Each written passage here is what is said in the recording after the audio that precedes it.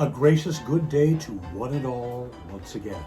'Tis I, Norton the First, by grace of God, Emperor of the United States, and Protector of Mexico. We'll come back to that point in just a moment. Back with you once again for episode number 74 of Emperor Norton's Fantastic History Vlog. Today is June 19, 2020. It is our 94th day under a shelter-in-place order here in San Francisco. Well, as we always do, we'll begin with our national days. There's a number of very significant ones today. Number one being Juneteenth. I'd never heard of that before recently, have you? It's a holiday celebrated on the 19th of June to commemorate the emancipation of enslaved people in the U.S. The holiday was first celebrated in Texas, where on this date in 1865, in the aftermath of the Civil War, by order of Union General Gordon Granger, slaves were declared free under the terms of the 1862 Emancipation Proclamation. This is also Garfield the Cat Day, because it's his birthday. Garfield began, a comic strip that is, on this date in 1978. It's World Sauntering Day, so saunter about, all of you, yes. It is also National Martini Day, which, as many of you know, is a particular favorite subject of mine, and something we've referred to a number of times in this vlog. Now, the origins of the martini are somewhat murky. Some will say it was invented here in San Francisco at the Occidental Hotel. Some will say it was invented in Martinez, California. And as we've said before, there is a plaque in downtown Martinez, commemorating the birth of the martini there, and that was placed there by the ancient and honorable order of E. Clampus Vitus. What say the brethren? Some will say the Knickerbocker Hotel in Manhattan, while others will tell you Turin, Italy, because of the Martini and Rossi vermouth that was used to make it. Now, we have quoted, of course, Ogden Nash's famous poem about the martini, Dorothy Parker's famous quote, so we came up with a few others today. This one by George Burns. I never go jogging, it makes me spill my martini. H.L. Mencken said, martinis are the only American invention as perfect as a sonnet. I'll agree with that one. Homer Simpson said, he knows just how I like my martini, full of alcohol. Yep, that goes for me. And James Thurber, my favorite quote on this one, other than the two others that we talked about. One martini is all right, two are too many, and three are not enough. I would agree with that sentiment. Well, let's get on with our item from San Francisco history today. And as we always do, we rely on the wonderful book, This Date in San Francisco, by John Ralston, because it was on June 19, 1964, that Carol Doda begins topless entertainment at the Condor Club. Just up Columbus at the corner of Broadway was the nightclub, the Condor. In the summer of 1964, competition was intense, and the Condor's business was just so-so. That was, however, a big chance to improve it. In mid-July, the politically charged 1960s Republican National Convention would be held at the Cow Palace. The world's attention would be on San Francisco, and those delegates and media personnel would be spending big money. The Condor had a press agent, 330-plus pound Big Davy Rosenberg. One evening, Rosenberg read a news item about designer Rudy Gernrich's controversial topless bathing suit and had an inspiration.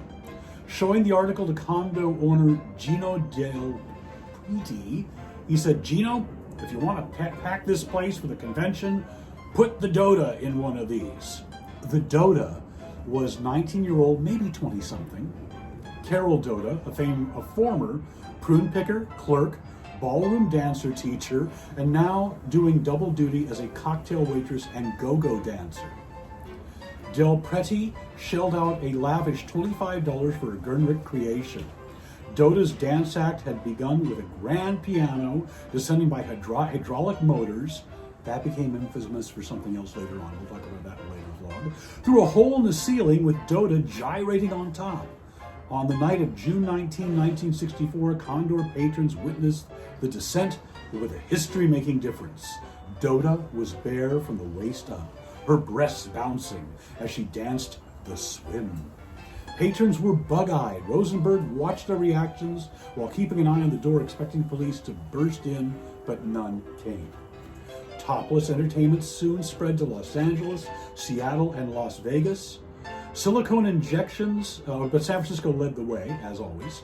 Doda had her breast enlarged with silicone injections to a jaw-dropping 44 inches, which columnist Herb Cain quipped thus thrust silicone into the forefront of modern medical breakthroughs.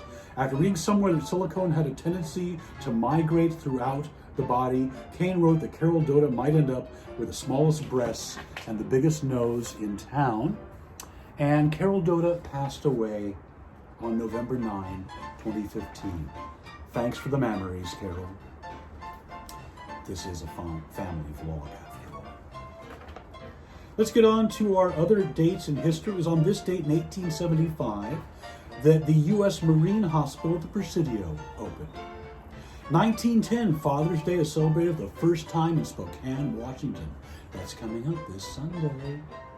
1917, the British royal family, which had strong German ties since George I renounces its German names and titles, which was the House of Saxe, Coburg, and Gotha, and adopts the name Windsor.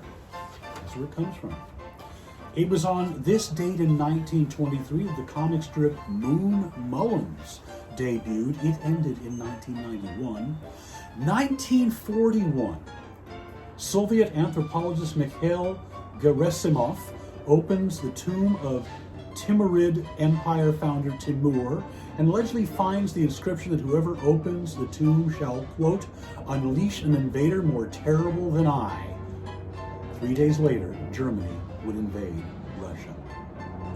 1954, the Tasmanian Devil, Taz, debuts in the Bugs Bunny cartoon Devil May Air, a great Warner Brothers character. Uh-oh, we got a little win coming up. Hopefully it doesn't interfere. We're getting near the end.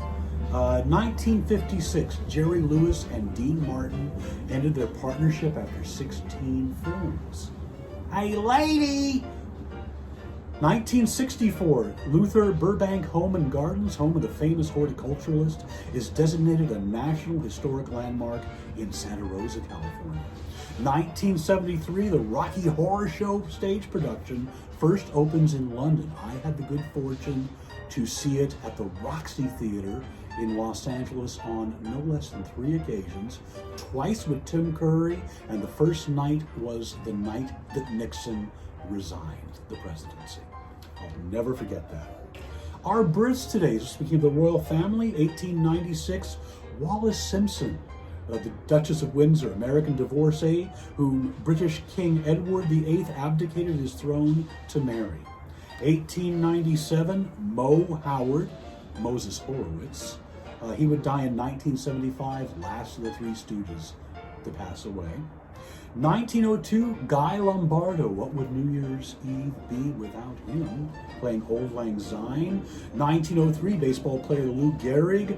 1914, former U.S. Senator from California, Alan Cranston. 1919, film critic Pauline Kael. 1930, actor Gina Rowlands. Another one, 1954, Kathleen Turner. Don't wear white after Labor Day? Yes, Labor Day.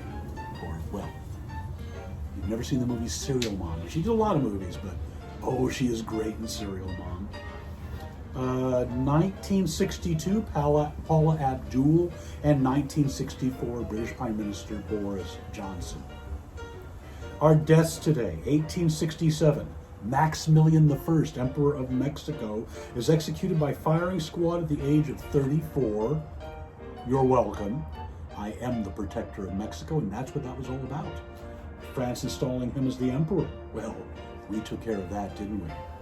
1937, J.M. Barrie, the creator of Peter Pan, 1953, Ethel and Julius Rosenberg were executed for espionage.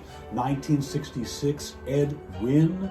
1993, author William Golding of Lord of the Flies.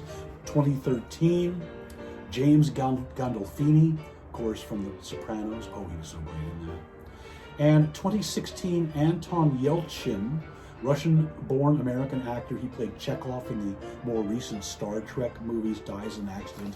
At the age of 27, he is buried at the Hollywood Forever Cemetery. I know we've talked about that cemetery a number of times in this vlog. If you ever find yourself in Los Angeles, so many stars are buried there. It's been restored, the cemetery. Actors like, let's see, Mickey Rooney, Douglas Fairbanks, Mel Blanc. We talked about Taz earlier. He did that voice. Peter Lorre, if I didn't already say that.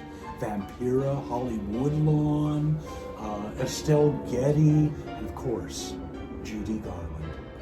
Well, that wraps it up for today. Until we see you again, stay safe, stay inside. You can go outside, but if you do, wear a mask. Stay healthy, don't take unproven cures. Happy Juneteenth, Black Lives Matter.